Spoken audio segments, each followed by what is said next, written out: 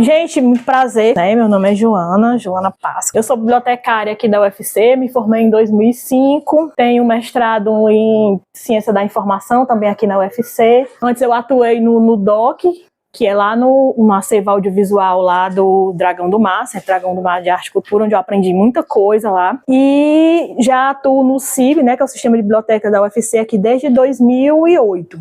Então, assim, eu me formei, fui para o Dragão do Mar e voltei aqui para a UFC. Aqui eu fiz parte da comissão de coleções especiais e obras raras, que foi o que deu origem à divisão de preservação do acervo, a DEPRA. Eu passei 3 anos lá na divisão antes de vir aqui para Humanidades, que eu vim aqui na pandemia. Então, assim, essa aqui é a minha experiência que eu tenho com esse tipo de acervo. Além de ser uma das coisas que eu gosto muito, né, e que eu, assim, gosto muito de estudar nessa área, já fiz vários cursos na Biblioteca Nacional e assim é uma coisa que me chama muita atenção, que me instiga muito. E aí aqui alguma das minhas paixões, né, que é livro, encadernação, pintura e tudo que envolve o universo do papel e também da arte. Só para a gente quebrar o gelo e se conhecer um pouquinho, né? Então, preservação de acervos, o que é? Muita gente confunde preservação com conservação, acha que é a mesma coisa, não sabe o que é. E aí, de antemão, o que eu tenho para dizer para vocês, que preservação de acervos é uma área imensa, enorme. O que eu vou trazer aqui para vocês é assim, a pontinha do iceberg mesmo, certo?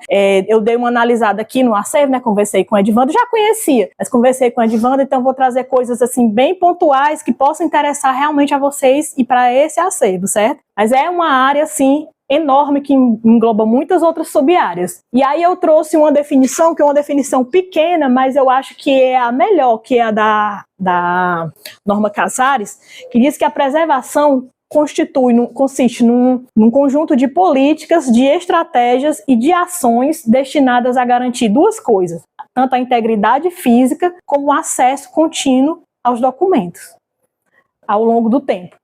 Né? Então, assim, políticas eu não vou falar hoje, mas nós vamos falar um pouquinho, as partes mais importantes das estratégias e ações que são destinadas para a preservação de acervos. E antes eu queria pontuar um pouco sobre a questão do acervo, né, tipologia de acervo. Existem vários tipos de acervo. Os acervos museológicos, os acervos arquivísticos, os acervos especializados e os bibliográficos. São acervos que são completamente diferentes. Eles estão dentro da preservação, mas são completamente diferentes, porque eles lidam com materiais diferentes e materiais que são consumidos de forma diferente. É tanto que tem uma ciência para lidar só com a museologia, só com a arquivologia e só com a biblioteconomia. E aí algumas tipologias de acervos especializados, e hoje nós vamos falar especificamente dos acervos bibliográficos. Tem também outra coisa dentro dos acervos que é muito interessante a gente prestar atenção, que é o suporte, né? Que é o suporte físico, nosso caso do acervo bibliográfico, né, que são esses livros, são revistas, são periódicos, ou seja, é tudo que você pode tocar, tudo que está impresso. E os acervos digitais, que aí é uma outra área chamada preservação digital, que é também outra área gigante, que inclui outros conhecimentos na área de tecnologia e tudo. Nós não vamos falar nisso aqui.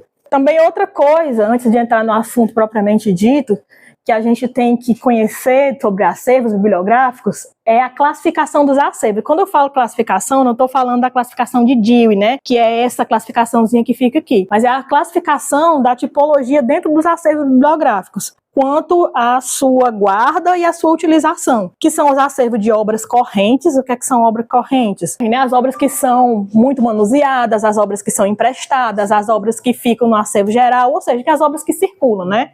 Seria até mais interessante que fossem obras circulantes, mas é chamado de obra corrente. Aí tem também as obras raras e as obras especiais. Eu fiz um curso na Biblioteca Nacional só sobre critérios para avaliação de obras raras. São 75 slides, então, ou seja, é muita coisa. Então, assim, mas o que eu posso dizer a grosso modo?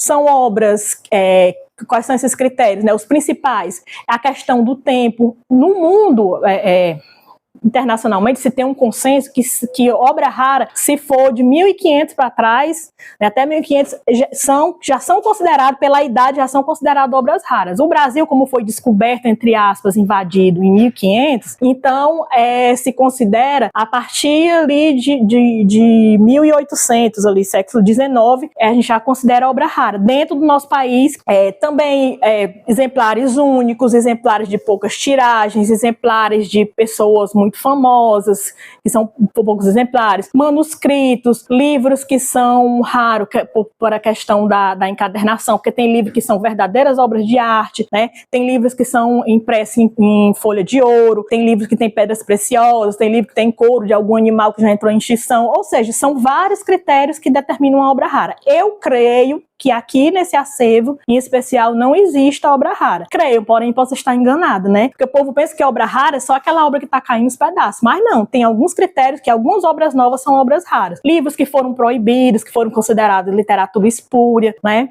Livros que foram queimados, que foram deteriorados por algum motivo, que foram perseguidos, que existem muitos livros perseguidos. Então, assim, aí tem sempre alguém, né, que faz o favor para a humanidade de guardar um exemplar. Então, esse exemplar, independente da idade e do estado de conservação, ele é considerado uma obra rara. Então, assim, são alguns critérios, né? E tem as obras especiais. Essa questão das obras especiais é muito específico da instituição de guarda daquele acervo. É uma coisa que pode ser especial aqui para esse acervo, pode ser que não seja especial para a BCH, pode ser que não seja especial para outra instituição. Um exemplo de obras especiais aqui na DEPRA, né, onde eu trabalhei, aqui no sistema de bibliotecas. Lá a gente considera como obra especial as obras do reitor Martins Filho, tanto as que ele publicou como as que eram da biblioteca dele, as obras que ele autografou de próprio punho, que tem, né, a marca de propriedade, de proveniência, e também as que ele doou, que ele dedicou para alguém. As obras que falam sobre o Ceará, primeiras edições da UFC, são todas consideradas como coleções especiais. Dos professores mais antigos, tem alguns professores que têm as obras dele lá, que são consideradas coleções especiais. Tem uma coleção que a gente recebeu todinha, que era de um bibliófilo, que era o bibliófilo é a pessoa que ama livros e coleciona, né? Que é o Gerardo Melo Mourão. A gente recebeu a biblioteca dele todinha. E é muito interessante o conteúdo, por isso que a universidade recebeu. E aí é considerado um acervo especial. Mesmo que lá dentro tenha obras que existem na obra corrente, só pelo fato de ter sido do Gerardo Melo Mourão e de ter algumas observações dele no livro. Para você ter ideia, tem livros que ele tinha 5 exemplares daquele livro. Era uma curiosidade sobre ele. Tem livro que ele tinha de 3 a 5 exemplares do mesmo livro. A cada leitura que ele fazia, ele ia fazendo e riscando, que a gente vai ver que não é uma boa prática. Mas como o livro era dele, pessoal, então tudo bem, né? Aí, cada livro, toda vez que ele ia fazer uma releitura num livro, ele lia no outro que estava limpo, novo. Porque ele fazia outras coisas e não queria se contaminar, entre aspas, com as coisas que ele tinha pensado da primeira leitura, entendeu? Então, assim, se existisse uma curadoria, porque a gente faz a guarda do acervo e toda a questão da guarda da informação, né, que a biblioteconomia faz, mas existe também a curadoria de conteúdo. Então, se tivesse essa pessoa do curador aqui na biblioteca, toda essa questão dos pormenores daquele acervo seriam colocados, né? Então, se tinha um projeto para fazer um catálogo, falando todas essas coisas, que tinha outras curiosidades lá sobre o acervo do Gerardo Melo Mourão. Então, para fazer uma curadoria, ficaria uma coisa interessantíssima, né? Aí, por que essas obras são especiais? Porque, mesmo que algumas existam no acervo corrente, porque ela tem uma marca de uma propriedade que traz uma outra informação agregada. existe um consenso sobre os critérios para a determinação de obras raras. Não existe um consenso para obras especiais. Por quê? Isso aí é ter uma comissão entre vocês e a Cris, vocês fazerem um documento e definir o que é para esse acervo uma obra especial, que pode ser considerada uma obra especial. Aqui vocês são da área de letras, né? Então, assim, com certeza vocês têm um olhar muito mais de especialista em certos autores, em certas obras, do que eu que sou bibliotecária e que sou generalista, do que o Edvandro, ou do que outra pessoa que é de outra área e de repente não dá o mesmo valor e não tem o mesmo nível de aprofundamento que vocês têm naquele tipo de obra. Então ninguém melhor do que vocês, aqui uma comissão, lógico, uma comissão com o bibliotecário, com a professora coordenadora da biblioteca, e vocês que estão ao lado delas, pode fazer uma comissão e determinar, olha, eu acho que isso entra no critério, isso aqui entra. Outra coisa que pode determinar uma obra ser especial é uma obra ter pouquíssimos exemplares da mesma obra, ela ser muito importante, ela não está sendo mais editada, não tem mais para vender, não tem mais lugar nenhum, até no ICEBA ela é difícil, mas vocês têm ela aqui, então ela pode ser considerada uma obra especial. Aqui para o objetivo de vocês. Então vocês podem sentar. Eu tenho alguns documentos que dão um norte mais ou menos do que pode ser uma obra especial. Mas só que isso é de escolha da instituição. Porque é especial para vocês, pode ser que outra pessoa nem veja. Mas vocês podem ver isso. Aí geralmente as obras correntes, elas são disponíveis para empréstimo, né? Também dependendo da decisão do coordenador, do tutor, do bibliotecário daquela biblioteca. Elas podem ser disponibilizadas para empréstimo algum dia e podem ser manuseadas livremente. As obras raras e as especiais, não. É o que a gente chama de exemplar cativo. Eu nem gosto desse nome, né? Não, tem certos termos que eu não gosto. Então, assim, pode colocar uma ótima nomenclatura seria obras de consulta local, né? Por quê? Que elas não são, que eu também não sou a favor de você proibir o acesso, mas você pode restringir por questão de resguardo daquela obra. E aí, sobre as ações de preservação. São as ações de preservação, que eu disse que ia falar para vocês hoje sobre as ações, né, e sobre algumas estratégias. E não entrar na política, porque é muita coisa. Então, assim, as ações de preservação, elas compreendem a 3 ações, que é a conservação, o restauro e a reprodução. A conservação, ela visa desacelerar a degradação da obra. Por que desacelerar? Porque é o natural da obra ela se degradar com o passar do tempo. O livro, o papel, ele é feito de celulose.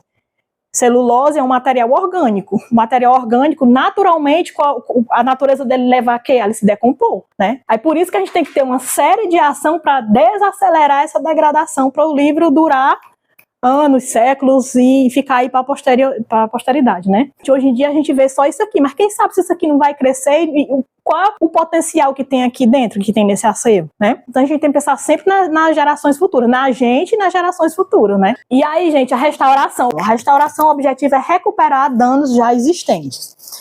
E aí, gente, não confundir restauração com pequenos reparos, porque os pequenos reparos vai estar dentro aqui da conservação. A restauração é uma outra área do conhecimento imensa que exige você ter curso dentro dessa área, porque você vai trabalhar num laboratório, tem que ter equipamentos corretos, tem que ter um entendimento muito grande de microbiologia, de química, porque vai mexer com micro-organismos, tem o reconhecimento dos micro-organismos que atacam o livro.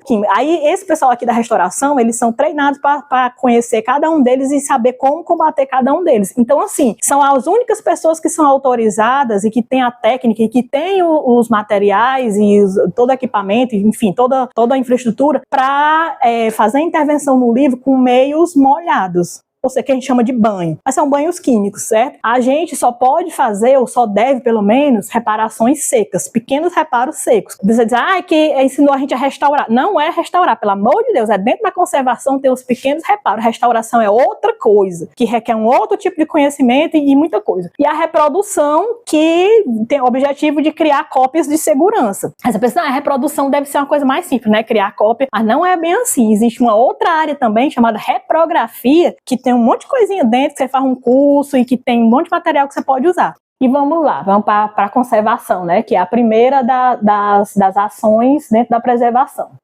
Tipos de conservação. Existem basicamente 2 tipos de conservação. A conservação preventiva e a curativa. A preventiva é que atua no ambiente. A curativa, você vai atuar propriamente dito na obra. Aí dentro da curativa inclui os pequenos reparos que eu falei para você. Pequenos reparos, gente, não é restauração, pelo amor de Deus, né? Senão os restauradores vão comer meu fígado, se eu disser uma coisa dessa. Aqui, pra vocês terem ideia, aqui na UFC, são poucas pessoas que têm essa formação. Aqui na UFC, pelo menos que eu conheço, só tem o Roberto Chaves, que é lá do Memorial, a Amanda, que é lá, que tem essa formação de restauração, a Amanda, que é lá do sistema de bibliotecas, e a Magui, mas acho que a Magui se aposentou, né? Que era aqui do curso de biblioteconomia.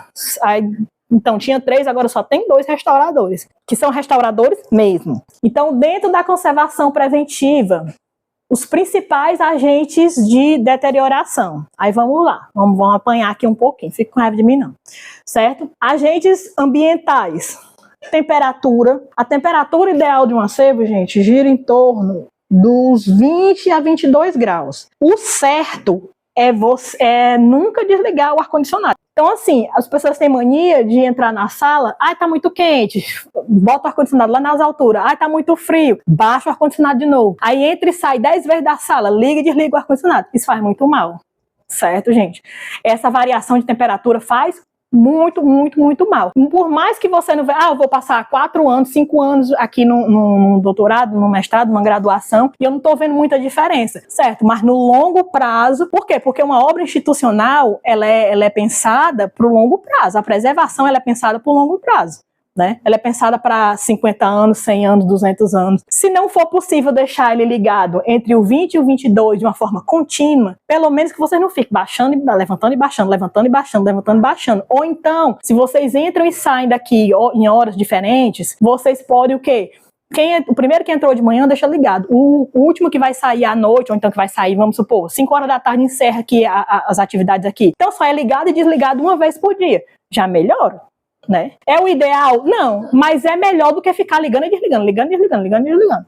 Exposição à luz, principalmente à luz solar, né? Os raios ultravioletas. Mas também tem iluminação que não é ideal. A exposição à luz, ela é muito ruim e é para todo tipo de acervo. Se você tem uma ideia, não sei se vocês já repararam, que os museus, tanto o museu, qualquer museu de arte moderna, contemporânea, museu que tem mais parte de escultura, museu que tem pintura, todas as instalações de museu, elas são fechadas, você não vê uma janela. Você pode ver na administração, do lado de fora, mas nas áreas de acervo e nas áreas de exibição, você não vê uma janela, você não vê nada. A luz é completamente controlada e os ar-condicionados nunca são desligados. O museu, ele tem uns planos de contingência assim às vezes tão grandiosos que, tipo assim, para não ficar, porque um ar-condicionado ligado 24 horas por dia é dose, né? Então eles têm alguns aparelhos que eles tipo, lá no Dragão do Mar eles tinham que ficar mudando, passa 5 horas, aí muda pro outro passa 5 horas. Hoje já tem automação, eles mudam, entendeu?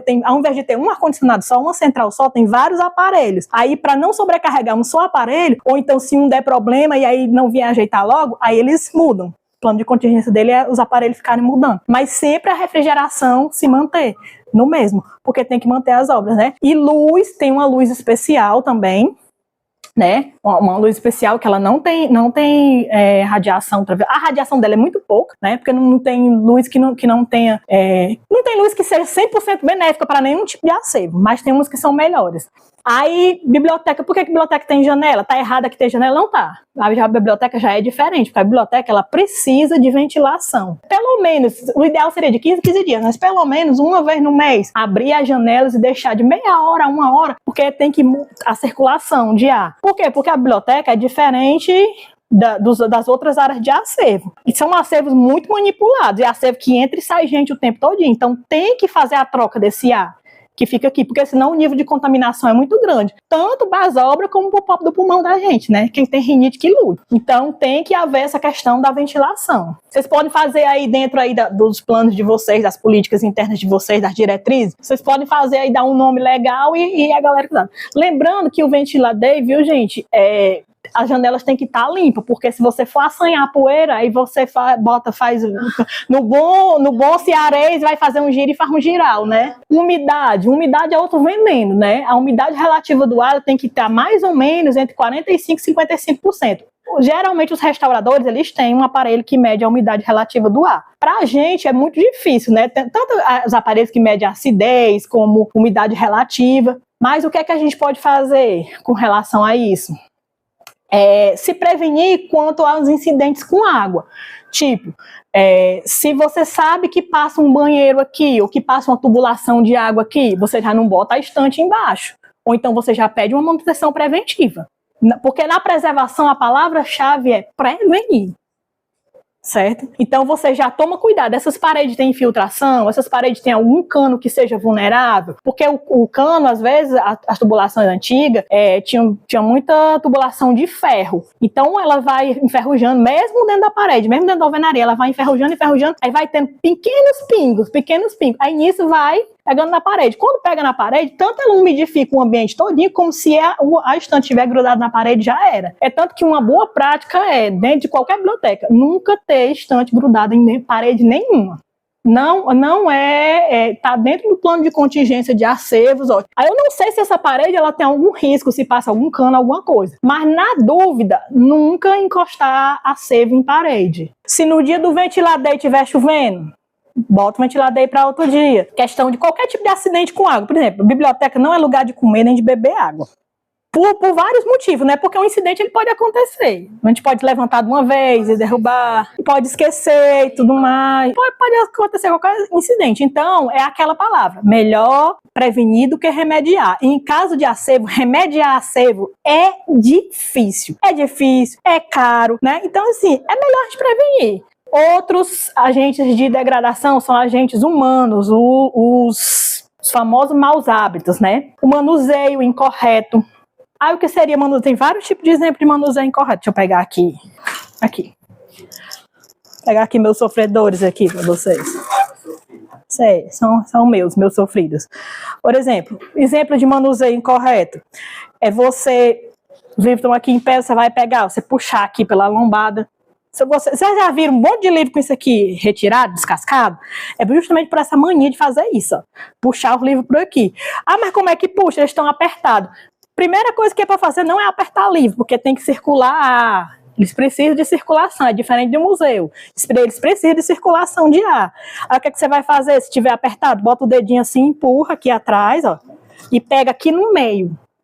Pega pelo meio. Nunca puxa aqui, que você vai destruir a lombada. Mas faz 5 anos que eu puxo assim, faz muito tempo que eu tô aqui e eu puxo. Mas no longo prazo pode acontecer. E o livro, ele é assim, quando ele começa numa coisa, uma coisa puxa um monte, certo? Então, só fazer isso aqui, ó, ninguém vai morrer por causa disso, não. Comer em área de acervo, que eu já falei. Comer perto do livro não é a mesma coisa, não. Não, comer em área de acervo é você comer aqui dentro. Comer perto de um livro é você levar um livro ali para a cantina. Aí tá aqui sua coca, seu café, suas coisas, seu salgado. Você pegando coisa e o livro aqui. Aí pega no livro, abre. Já vi várias pessoas fazendo isso. Estou aqui estudando, meu dedo gorduroso de coxinha, sujo de café, sujo de tudo no mundo, mexendo no livro aqui. Não comer perto do livro. Na sua casa, tem muita gente que está aqui na sua mesa de estudo, né? É muita coisa. Dissertação, é trabalho de final de ano, é não sei o quê. Vai comer aqui na mesa. Primeiro que é insalubre para você. A mesa tá cheia de livro. E livro pode ter vários tipos de contaminação. Aí tá aqui a mesa cheia de livro, aí tá aqui você com um prato de comida, aí come a comida e pega no livro, o livro pega o cheiro da comida. Não faça isso. Livro e comida e bebida não se unem, certo? Não é bom fazer isso. Não é bom para a obra e não é bom também para a sua saúde, certo? Utilizar o livro com as mãos sujas, né, que eu já falei. Expor livros à luz solar, que eu já falei. Expor o livro à poeira, fumaça, foligem. Expor os livros à umidade, molhar, também já falei. Outro meu mau hábito, que é isso aqui, ó. É umidificar o dedo para passar as páginas do livro. Porque, gente, isso é ruim para a obra, porque por causa de micro-organismos. Tem um curso que eu fiz com um restaurador que ele mostrou lá os tipos de infestação. Vou já mostrar pra vocês essas praguinhas, como é que elas são. Aí ele mostrou um tipo de infestação que é muito comum nessa área aqui. Aí ele perguntou a gente, por que vocês acham que essa infestação aqui, esse foxing, que é uma mancha avermelhada, tá aqui? Aí a gente não sabia por que ela tá localizada aqui. Ele disse, é isso aqui, ó. E isso daqui é perigoso para a obra e é perigoso para você, que uma vez que você passa o dedinho nela, você está se envenenando. Eu já perguntava a vocês se vocês assistiram, se leram o livro, se assistiram O Nome da Rosa, porque tem umas obras que foram publicadas aí num período, que agora eu esqueci, que eles literalmente eram feitos com tintas venenosas. Aí tem outros que nem entram nessa época aí não, porque esse era para envenenar mesmo, mas tem uns que eram as tintas à base de chumbo, até parede de maquiagem à base de chumbo. Informação, conhecimento é poder, sempre foi. E teve uma época, a maioria na maioria, se você for traçar uma linha cronológica, a gente tem tudo isso hoje, a gente tem internet, a gente tem muita coisa hoje, mas isso é do quê? De uns 50 anos pra cá. O pessoal de antigamente, as fontes eram fontes impressas, eram livros, eram revistas, eram impressas. Então, assim, a informação que não é hoje que a informação é poder, sempre foi. Então, assim, qual era a maior estratégia? Uma das estratégias era tirar o acesso. Quando não podia tirar o acesso, faz o quê? Envenena, a gente queima. Quando não podia queimar, tasca veneno para matar. Né? Então tem muitos estudiosos que morreram envenenados por conta disso, de veneno nos livros. Veneno na tinta, veneno mesmo no livro mesmo, porque o povo era ruim. Não façam isso. Aí diz, mas tem um produto, que existe mesmo um produtinho, que é tipo uma cerazinha que você passa o dedo nele e passa no livro. Não faça isso, porque aquela cera, os insetos já amam a celulose, que a celulose, né, que é feito o papel, ele é um material orgânico, ele é um material vegetal. Então os bichinhos gostam, pra eles é comida. Aí se você ainda gourmetiza a comida deles, com a cerinha, com a açuquinha que sai da sua boca, né, com a cor, aí você gourmetiza e eles dizem o quê? Não, assim, né, papai, já não resiste, né? A gente já não resiste. Então a culpa é de você, não é do bicho que tá lá sendo, o bicho tá sendo o bicho. Quem é racional é a gente, né? Então, por favor, tá? Vamos preservar o livro, preservar a nossa saúde também. Rabiscar, grifar, desenhar. Gente, é como se a gente tivesse, a Amanda que diz assim, né? Você trabalhar com conservação é você tá falando o óbvio, mas muita coisa é você tá falando o óbvio, né? Tipo assim, se o livro é seu, você pode fazer isso, que o livro é seu. Não vai durar 100 anos, 200 anos, 300 anos. É aconselhável? Não é. Mas é seu, então você faz o que você quiser. Agora, o livro de propriedade institucional, que é o livro, principalmente o nosso aqui, que é de propriedade pública, né? Que é nosso, mas ao mesmo tempo é de todo mundo, eu acho até, assim, uma falha de caráter. E egoísmo. Você está destruindo uma coisa que não é só sua, que é para servir aos outros. Quando você bota uma observação sua, aquilo ali, entre aspas, contamina. Como eu falei para vocês, Gerardo Melo Mourão, ele não gostava nem de se contaminar com as observações dele, quanto mais com as dos outros, né? Então, assim, não façam isso. Os hábitos humanos. Aí, como esse curso que eu falei para vocês, né? O restaurador disse que a ação humana, ela é mais destrutiva do que a ação dos bichos. Outro mau hábito, grande. Não empilhar livros. Por que você não pode fazer isso? Mas é uma prática que você vê em todo canto. Mas nem tudo que você vê em todo canto é certo. Você não está vendo nada aqui. Só que existe uma atração muito grande, principalmente os que estão embaixo. Aí ele começa, não sei se vocês já viram, porque acho que a maioria dos livros aqui, eles são, entre aspas, mais novos, né? Não sei se vocês já viram, ele solta essa lombada aqui, solta, descolada. Ela descola geralmente por 2 motivos. É você puxar por aqui e a tração, que ela vai fazendo isso aqui, aí vai tracionando e a cola vai soltando de dentro para fora. Depois que a cola solta, ela racha e rasga. Depois que ela racha e rasga, a capa sai. Depois que a capa sai, o miolo fica mais desprotegido. Aí vai caindo folha por folha. Então, uma ação que você faz dessa aqui, que você faz hoje, você já está prejudicando o livro para amanhã. Preservar, gente, não é só o que você vê hoje, não. Você tem que pensar no longo prazo. Ações de preservação, elas são para hoje, lógico, de comer aqui eu vou causar um dano aqui, mas a maioria das ações de preservação, elas são a longo prazo. Então tem que ser uma pessoa que tem um senso de comunidade, uma ética muito grande para fazer um negócio desse. Então, assim, a atração aqui é muito grande. Então, no longo prazo vai estragar. Então não faça isso. Lembrando que existem vários tipos de encadernações, existem vários tipos de papéis, mas todos eles são porosos, até porque se eles não fossem porosos não penetrava tinta, né? Então assim, eles são muito sensíveis. Tem uns que vão degradar mais rápido e tem uns que vão ser depois. Então o melhor é não fazer. Marcar a página com objeto volumoso. Ó, tem gente que, tipo assim, tô lendo aqui, aí vou ter que sair correndo. Aí taca esse negócio dessa largura aqui, aí o bicho fica aberto. Então, o livro, ele tem muito... Quando você faz... Então, quando eu tô lendo, eu tenho que ler com ele aberto mesmo, né? Mas quando você deixa ele muito tempo aberto, que é outra coisa ruim de se fazer, ele vai, ó...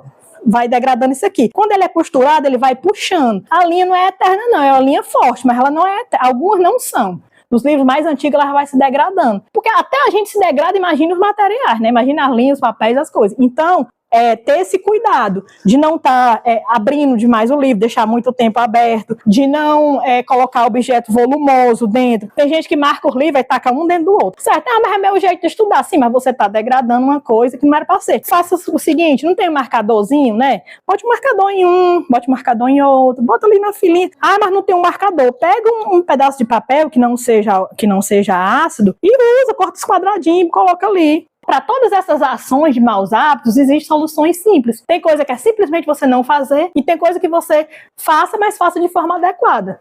Certo? Dobrar as folhas do livro, a gente pega muito o livro, a pessoa vai aqui nessa página, aí para marcar a página e faz isso. Dobra e cria um vinco. O livro, gente, o papel, uma vez que você vincou um papel, você pode até desdobrar de volta, mas ele fica aquele vinco. Por que fica o vinco? Porque você quebrou as fibras do papel.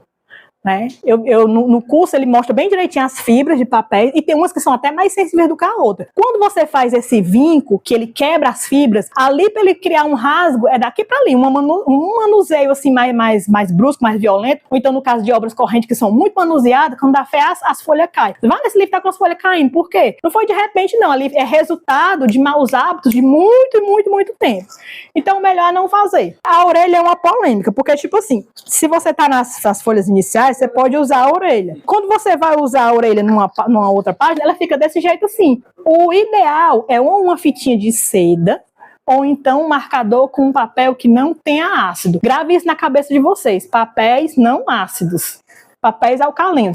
Outra coisa também que teve um tempo que era uma febre, uma moda, jaqueta de plástico. Vou mandar emplastificar aqui. Eu trouxe o meu aqui porque para provar que eu também passei essa vergonha.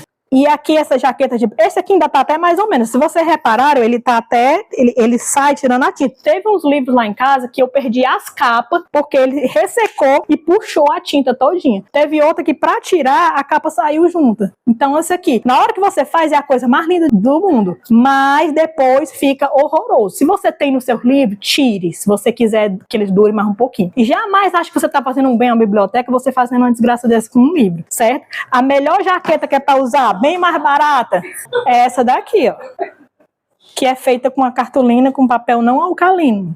Simples. É uma das gambiarras mais assim, inteligentes quem criou isso aqui, certo? Não fumar perto dos livros, não utilizar outra coisa, gente. Tem uma febre agora dos aesthetics, né, das coisas bonitas, das estéticas. Aí a pessoa indo ler, aí pega, acende uma vela, coloca aqueles umidificadores. Aí eu digo, ai meu Deus do céu, dá vontade de voar na televisão. Não faz uma desgraça dessa não, porque tanto tá jogando umidade como óleo essencial, né? Acende um incenso, que tanto tá indo fuligem, fumaça, como a parte do cheiro, você não sabe. Geralmente o que é usado para dar aquele cheiro são óleos essenciais, e o óleo também, e o papel. São coisas assim que bem antagônicas. Aí você gourmetiza, você taca óleo aqui, aí os bichos dizem, delícia, né? Então não pode. Utilizar álcool e outros produtos de limpeza corrosivo. Tem gente que já derrubou, nem era para comer perto do livro, mas sujou com alguma coisa, aí limpou com que boa, com pano molhado, passou álcool no livro. Principais agentes de deterioração, o último tipo de principais agentes, os biológicos, né, as praguinhas, cupim. Ah, mas cupim não come na madeira? Sim, mas o livro não é feito de celulose que vem da madeira? Então eles gostam. E o cupim, gente, ele é tão traiçoeiro que o cupim, ele vem silenciosamente e a gente pensa que é da noite pro dia, mas não é. Porque ele vem pequenininho e ele come, principalmente o cupim do livro, ele come de dentro para fora. Quando você vai ver, ele parece, como o professor falou, comparando mal, ele parece um câncer. Que ele tá ali desbaratinando as células, mas quando vai dar sintoma, já tá quase perdido, né? Assim é o cupim. Ele vai comendo ali de pouquinho, ele é igual um mineiro, ele vai comendo manso, né? Quando dá fé, quando você vê o estrago, ele já é quase irreparável. Por exemplo, pra gente, em pequenos reparos, não dá para reparar cupim, só no laboratório mesmo de restauração. Aí, às vezes, para você pagar a restauração de uma obra, se for uma obra corrente, é o dinheiro que você compra 20 livros. Então, não compensa, certo? Se for uma obra rara ou uma obra especial, até que compensaria. Mas numa obra corrente não compensa. E não é todo lugar que faz esse serviço, certo? As traças, conhecidíssimas, né, que se alimentam de papel, de cola e de amido. Essa é a mais desgraçada, que ela come tudo. As brocas também, que são lavinhas de besouro, né, que se alimentam da madeira deixada. As brocas, elas deixam aqueles furinhos redondos. Vocês já pegaram o livro que tem aqueles furinhos? Pois são as brocas. As baratas, a barata também come celulose, elas adoram. E quando você gourmetiza o livro, aí é que ela gosta mesmo. Aí tem os piolhos de livro, existe piolho de livro, existe até de cobra, quanto mais de livro, né? Eles se alimentam dos fungos, que os fungos, por suas vezes, alimentam da umidade. É o que eu falei pra vocês. É os incidentes com umidade, é você, pra ficar bonito, bota um umidificador de ar, aqueles difusores também, bota óleo, né, ali dentro. Aí o fungo diz assim, olhadinho, é aqui que eu vou ficar, né? Aí o fungo tá lá e o piolho diz, olha aí, cheio de fungo, vou lá. E aqui a cadeia alimentar, você vai alimentando, né? Tanto que o pessoal da conservação estuda muito sobre esses micro-organismos, né? Como combater e também como prevenir e também como combater, né? Os roedores, os ratos adoram, principalmente para rasgar papel e fazer ninho em cima. E quando você vai ver, às vezes, principalmente biblioteca grande, lá no cantinho eles estão lá fazendo ninho, já tem uma família todinha lá, fizeram um assentamento todinho ali, os sem terra, e você não viu, né, no seu livro. Então, muito cuidado, né? Parte 2 das ações, acondicionamento.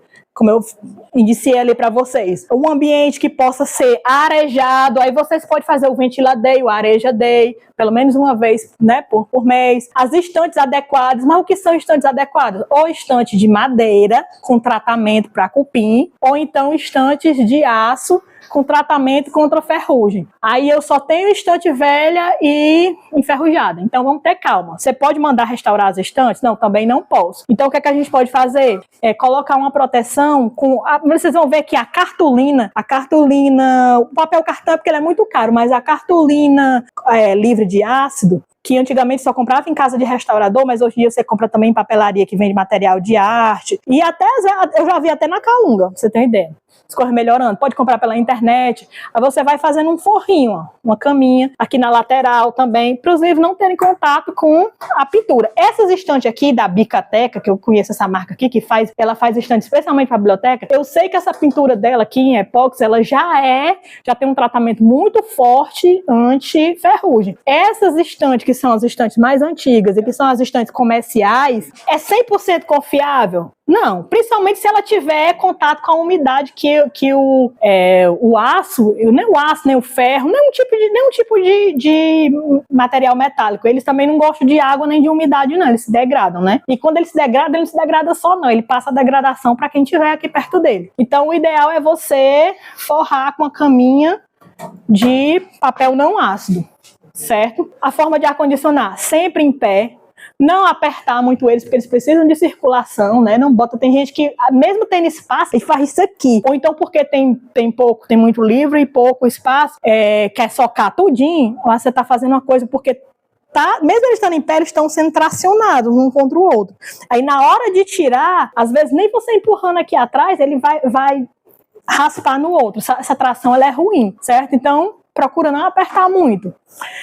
Se precisar deitar o livro, não empilhe nada em cima. Eu estou vendo aqui um exemplo maravilhoso. Esse livro, quando o livro é muito grande, que ele não pode ficar em pé, ou então quando ele está muito deteriorado, ele é uma obra rara, ele é um livro que já está velhinho, mas ele é muito importante, então você deita ele. Deita ele, mas não deixa os outros encostar nele, que eu estou vendo aqui que eles estão encostando, estão tombando, para ter um bibliocanto separando o outro. Ele é para estar sozinho e não empilhe nada nele. E estou aqui conversando no acervo, não se escore nele. Estou com a mão suada, molhada, ou então com uma coxinha aqui, nem lavei a mão, só passei no papel e vim aqui. Não façam isso. Para acondicionamento, eu dei os problemas, né? Agora, uma das soluções, a produção de invólucros. O que são invólucros? São coisas para envolver o livro. Quando é uma obra rara, ou então um livro que já está não está nos critérios de obra rara, mas ele já está muito velhinho, muito sofrido, é um livro da coleção especial, que só tem aquele, então ele é muito especial aqui para vocês. Então é bom fazer um invólucro tipo caixinha, certo? Sempre utilizando papel cartão ou cartolina livre de ácido, tem que ser a branca, não pode ser papel, não pode ser craft, não pode ser papel colorido. É a cartolina ou papel cartão branco, porque ele não tem, e principalmente o branco natural, porque ele não tem nenhum tipo de pigmento, porque o pigmento, qualquer pigmento, com o passar do tempo, a natureza dele é se soltar, né, e pegar no livro, então tem que ser o branco, certo? O craft, porque ele é um material reciclado, então você não sabe nem qual é a natureza do craft, quer dizer, várias coisas misturadas, então na dúvida não faça. Aí tem as caixinhas, né, artesanais, que eu mostrei pra você, e tem isso daqui, gente, chamado jaqueta. Isso daqui é uma coisa que, inclusive, é aconselhável utilizar em todas as obras, inclusive nas obras correntes. Olha como é fácil, olha, só uma tajazinha. Aí você vinca, né, tem a forma correta de fazer. O bom seria ter uma oficina mesmo, não na obra, uma parte prática. Mas não é legal fazer a parte prática sem toda essa parte teórica aqui, que vocês iam fazer, mas não saber por que estavam fazendo, né? Então não seria interessante. Outra coisa que se pode fazer quando você tem revistas, e as revistas, gente, não é aconselhável que se tenha mais revista, porque a maioria já estão tudo na internet, então elas estão ocupando lugar no acervo e estão adoecendo o acervo. Mas se elas são consideradas dentro dos critérios de obras especiais ou raras, então é interessante ficar com elas. Se for para guardar, ou faz a caixinha não ácida. Essa caixinha aqui é para fazer para só não é para fazer uma caixa e lascar um bocado de correr em cima da outra, não. Cada um tem sua caixinha. No caso dessa caixa aqui de poliondas, né, que seria adequada também, que eu tô vendo até duas ali, você colocar as revistas, colocar folhas soltas, por isso que eu te perguntei, tem fotografia, tem revista, tem folha solta, colocar dentro delas e colocar elas em pé, em pezinho assim, colocar as coisas em pé. Ah, mas nem poliondas eu posso comprar, pode ser uma caixa dessa aqui, que está disponível aqui? Pode. Mas contanto que você forre ela todinha com papel branco. Aí se você vai forrar com papel branco, é melhor fazer só de papel branco, né? Que aí você vai ter dois trabalhos. Eu tô trazendo aqui pra vocês porque são opções, mas eu acho mais inteligente fazer aquelas ali. A caixinha, esse invólucro aqui, que é todinho, completo, que fica tipo um envelope dentro da caixinha, para as obras mais sensíveis, que estão mais sensibilizadas, para as obras raras, que eu não sei se é o caso de vocês, se vocês têm aqui. Tipo assim, esse livro aqui da Divina Comédia, ele merece uma caixinha. Eu acho que ele merece. Inclusive, ele até me pediu quando eu cheguei aqui, é porque eu escuto ele, talvez você não escute, mas eu escuto. Ele me pediu, faz uma caixinha pra mim, por favor, né? Ele merece. A etiqueta, ao invés dela ir no livro, você etiqueta a caixa por fora, certo? A caixa é uma coisa por fora. E se for a jaqueta, que é aconselhável para todas as obras correntes, independente se o livro for novo ou não, porque aí você preserva muito mais. Então, a jaqueta, o ideal é que ela não cubra o livro todo. Você pode fazer ela também com papel japonês, né, que é um papel também especial, só que ele é muito caro, ele é um papel translúcido, mas ele é extremamente resistente. As obras do Gerardo Melo Mourão, elas estão com papel japonês, então você pode colocar ela todinha, uma jaqueta completa, porque ela não prejudica a visibilidade. Mas se você só puder com a cartolina ácido free, o que é que você faz? Faz só uma taja. A taja, tanto que é para o pessoal pegar, manusear, como a taja também para colocar a etiqueta.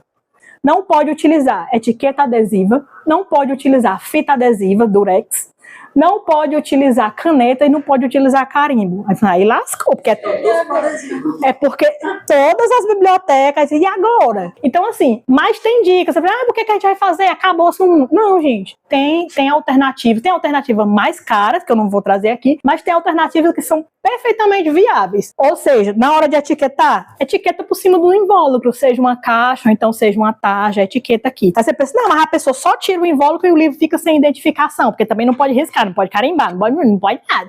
Então, você pode escrever dentro do livro, e deve, só que com o lápis ou HB ou B, ou então um lápis infinito, que é melhor ainda, porque ele não é feito de grafite, é feito de grafeno, a tecnologia dele é bem melhor, e ele não solta lasca, não mancha, então ele é melhor ainda, né? Então tem que ser com esse tipo de lápis.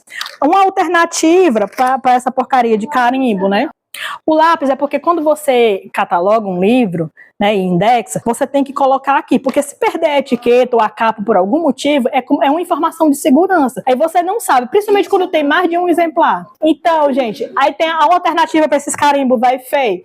Tem esse carimbo aqui, que também é chamado de chancela. e ele faz uma marca no livro. Não sei se vocês já viram, eles usam até para convite de casamento, as coisas. Fica uma coisa muito mais bonita, muito mais elegante. Como eu disse para vocês, o livro, por ele ser poroso, ele é extremamente moldável. É por isso que a gente não deve dobrar, porque você dobra, ele vinca, ele quebra as fibras. Até coloquei aqui, né, que vale muito a pena você investir, porque vocês podem criar aqui um nome para cá e podem criar um ex-libris, uma figura, uma coisa que represente, fazer bem bonitinho, como se fosse uma logomarca mesmo. Vocês podem criar uma arte. Aí, assim, se vocês forem criar uma logomarca, eu só aconselho não fazer com muito detalhe, porque quanto mais detalhe você faz, mais cara fica, quando você vai mandar personalizar.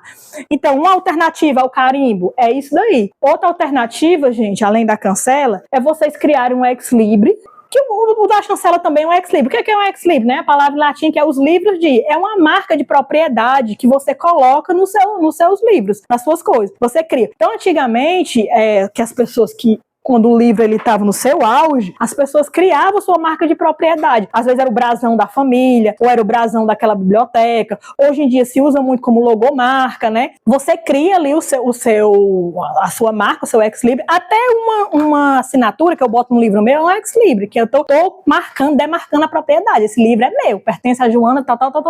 Não é bom fazer isso de caneta, né? Mas isso que você coloca é uma marca de propriedade. Então tem um tipo de adesivo, eu acabei de falar que não pode adesivar, mas tem um tipo de adesivo que você manda fazer os seus ex-libris, se você não quiser usar a chancela. Você pode mandar fazer, ele é feito num papel especial, ele é feito todo especial exatamente para você colar nos livros mesmo e não ter problema. Então, são duas alternativas ao carimbo, que não pode carimbar.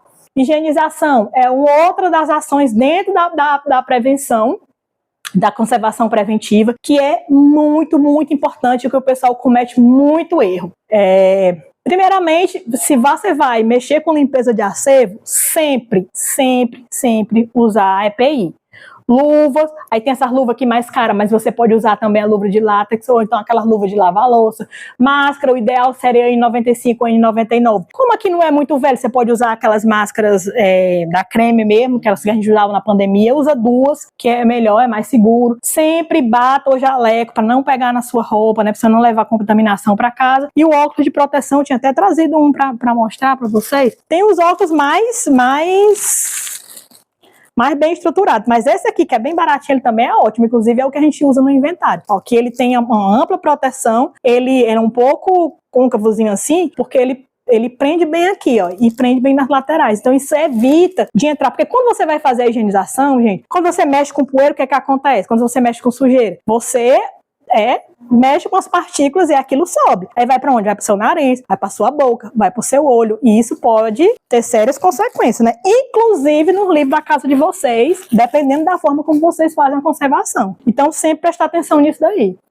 Materiais indispensáveis para a higienização de obras. Gente, o método de higienização de obras é sempre seco.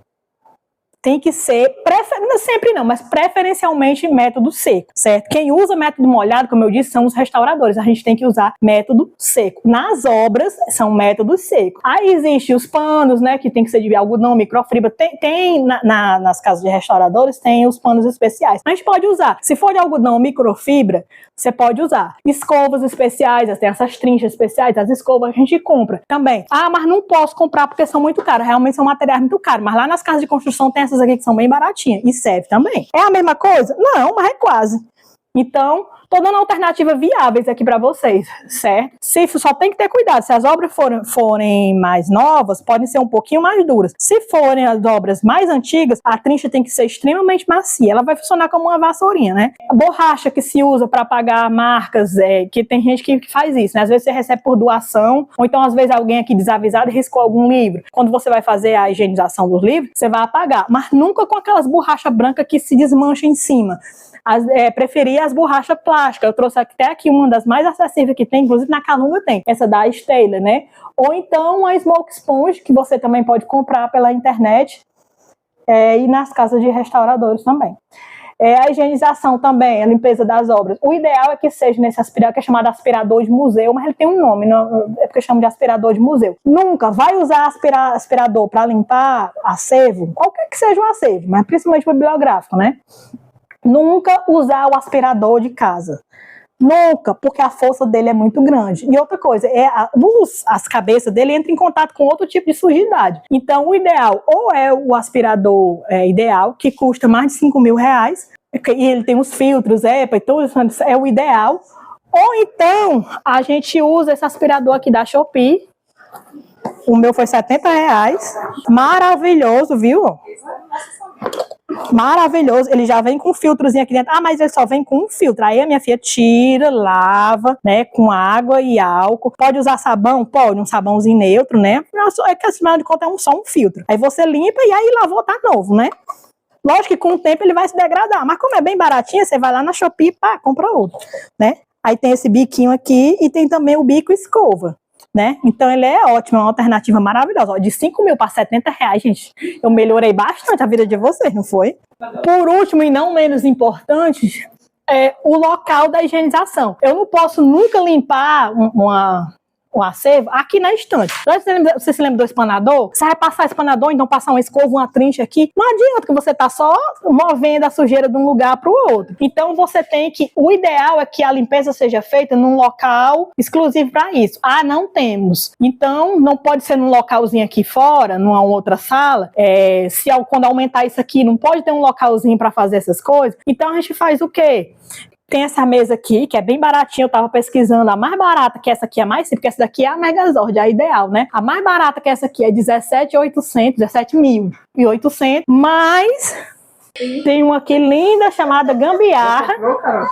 Ó aqui, ó, a minha. Então eu posso passar para vocês também, tem as medidas. Essa aqui é uma pequenininha, essa aqui não tá na medida ideal, certo? Aí isso aqui também é da Shopee. Gente, eu adoro a Shopee. Eu amo. E é uma luz de LED, que é uma luz que é a das menos prejudiciais. Aí, para que é esse saquinho aqui? Porque eu vou limpar aqui nesse local. Então, a sujeira, ela já vai para cá. Porque se a sujeira cair aqui e eu deixar ela aqui, não adianta de nada. Aí, o que você vai fazer? O que a minha filha vai fazer? Usar uma mesinha assim, fininha. Não temos mesinha fininha, mas para demonstração a gente faz assim. Você usa uma mesa mais fina, você prende a caixa aqui, ó. Coloca aqui, ó, abre esse espacinho para a sujeira caber aqui dentro. Como a mesinha é fininha, você vai estar aqui na frente, né? Aí isso aqui ou encosta na parede, ou bota um cabo de vassoura, ou uma coisa aqui atrás para ela não pender e não fazer isso. A mão tem que estar com luva, aqui tem que estar com a máscarazinha, né? Cabelinho tem que estar preso, de preferência, se for um cabelo grande como o meu, de preferência com a touquinha, né? Você bem paramentado também, porque nisso que você vai passando de um por um, o cheirinho da benção vai subindo pra cima de você. Aí depois, terminei de limpar os meus livrinhos do dia, desacopla daqui, pega o saquinho sujo e descarta lá no lixo. Aí aqui não vai uma poeira comum, ele vai, o pozinho que solta, que vai soltando naturalmente da folha, mas vai também os micro-organismos, vai também a gordurinha da nossa mão que fica no livro. Nosso corpo ele é cheio de fluido, né? Mesmo que você não veja, mas nosso corpo é cheio de fluido. Aí quando ele resseca aqui, para ele não entranhar no livro, aí o que a gente faz? Vá-se embora, colega.